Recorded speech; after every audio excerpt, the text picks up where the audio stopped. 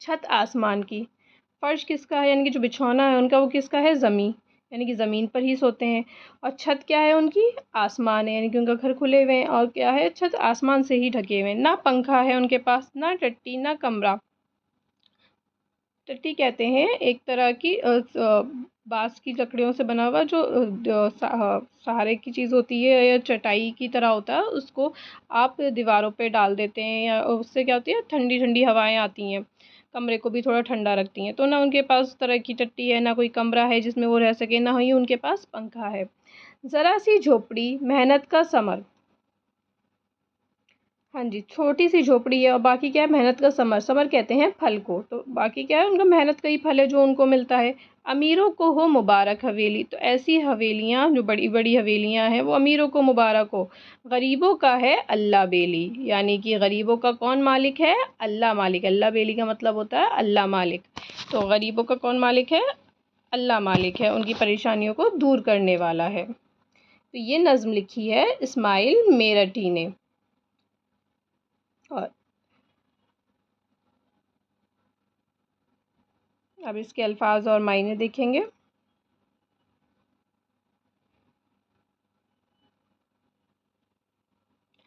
پوشیدہ چھپا ہوا، تڑاقے کی دھوپ بہت تیز دھوپ، شعلہ آگ کی لپیٹ، پچھوا ہوا پشچم کی طرف سے چلنے والی ہوائیں، بنی آدم آدم کی نسل، فرش بچھونا یا بستر، ثمر پھل یا حاصل ہونا،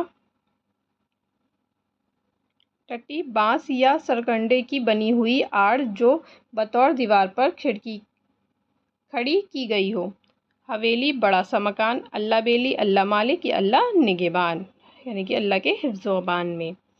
اب اس کے سوال اور جواب دیکھتے ہیں. اب اس نظم کے ہم سوال اور جواب دیکھیں گے. پہلا سوال ہے، گرمی کا موسم کس مہینے سے شروع ہوتا ہے؟ جواب، گرمی کا موسم مئی کے مہینے سے شروع ہوتا ہے. سوال نمبر 2، دن کے کس حصے میں گرمی کی شدت زیادہ ہوتی ہے؟ جواب، دن کے وقت خاص طور پر دوپہر کے 12 بجے سورج بالکل سر پر ہوتا ہے، گرمی کی شدت سب سے زیادہ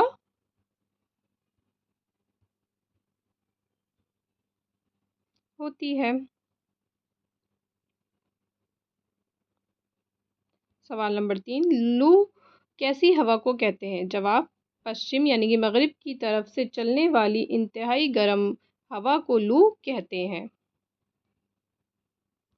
سوال نمبر 4، تڑاقے کی دھوپ سے کیا مراد ہے؟ جواب، تڑاقے کی دھوپ سے مراد بہت تیز چٹخا دینے والی دھوپ ہے.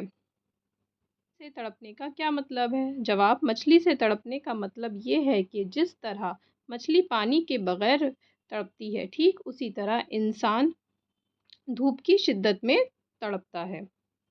سوال نمبر 6، غریب لوگ گرمی میں کس طرح گزارا کرتے ہیں؟ جواب، غریب لوگوں کے پاس نہ پنکھا ہوتا ہے، نہ کمرہ، نہ ہی کوئی اچھا مکان اور نہ ان کا فرش زمین اور چھت آسمان ہوتی ہے، اور وہ محنت مشقت کے ساتھ اپنی چھوٹی سی جھوپڑی میں گرمی کا مقابلہ کرتے ہیں. سوال نمبر 7، پچھوا ہوا کو شعلہ کیوں کہا گیا ہے؟ جواب، پچھوا ہوا کو شعلہ اس لیے کہا گیا ہے کیونکہ وہ اتنی زیادہ گرم ہوتی ہے کہ آگ کے شعلے کی طرح جلتی ہے. اگلے سوال کی طرف بڑھتے ہیں. یہ ہے آپ کے اشعار کو مکمل کرنا، یعنی کہ جو آپ کے اشعار اس میں دیے گئے تھے، جو نظم تھی اس کو آپ کو مکمل کرنی ہے. جیسے یہاں کیا لکھا ہے، بجے 12 تو سورج سر پہ آیا، تو اس کے آگے کیا آ جائے گا؟ ہوا ہوا پیروں تلے پوشیدہ سایہ. کوئی شعلہ ہے یا پچھوا ہوا، تو اس کے آگے کیا جڑ جائے گا بیٹا؟ زمیں ہے یا کوئی جلتا توا. اس کے بعد ہے، نہ پوچھو کچھ غریبوں کے مکان کی، زمیں کا فرش ہے چھت آسماں کی. اگلا مصرع ہے، ذرا سی جھوپڑی محنت کا ثمر، تو نہ پنکھا ہے، نہ مٹی ہے، نہ کمرہ. امیروں کو مبارک ہو حویلی، اور یہاں خالی جگہ میں کیا جائے گا؟ غریبوں کا بھی ہے اللہ بیلی. اب اگلے سوال کی طرف بڑھتے ہیں. اس میں آپ کو لفظوں کو جملوں میں استعمال کرنا ہے. جیسے یہاں لپٹ ہے تو دوپہر کے وقت باہر آگ کی سی لپٹ محسوس ہو رہی تھی.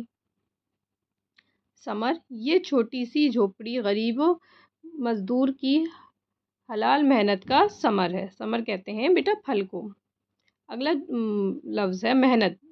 تو دن رات کی سخت محنت کے بعد ہی کامیابی ملتی ہے. اس کے بعد اگلا سوال آتا ہے ان لفظوں کے متضاد لکھیے. متضاد کہتے ہیں اپوزٹ ورڈز کو، یعنی کہ ایک دوسرے کی جو ضد ہوتے ہیں، ولوم شبد ہوتے ہیں وہ. آسمان، زمین. پوشیدہ، ظاہر. دھوپ، چھاؤں. شعلہ، پانی. شعلہ کہتے ہیں آگ کو، اور آگ کا متضاد کیا ہو جائے گا؟ پانی. تو اس طرح بیٹا ہم نے آپ کا یہ جو سبق نمبر 4 تھا یہ بھی مکمل کر لیا ہے. اور اس سے متعلق آپ کو کوئی بھی سوالات ہیں تو آپ کمنٹ باکس میں ضرور لکھیے. اور میری ویڈیو پسند آئی ہے تو اس کو لائک کریں، اس کو شیئر کریں اور چینل کو سبسکرائب کرنا نہیں بھولیں. Thank you.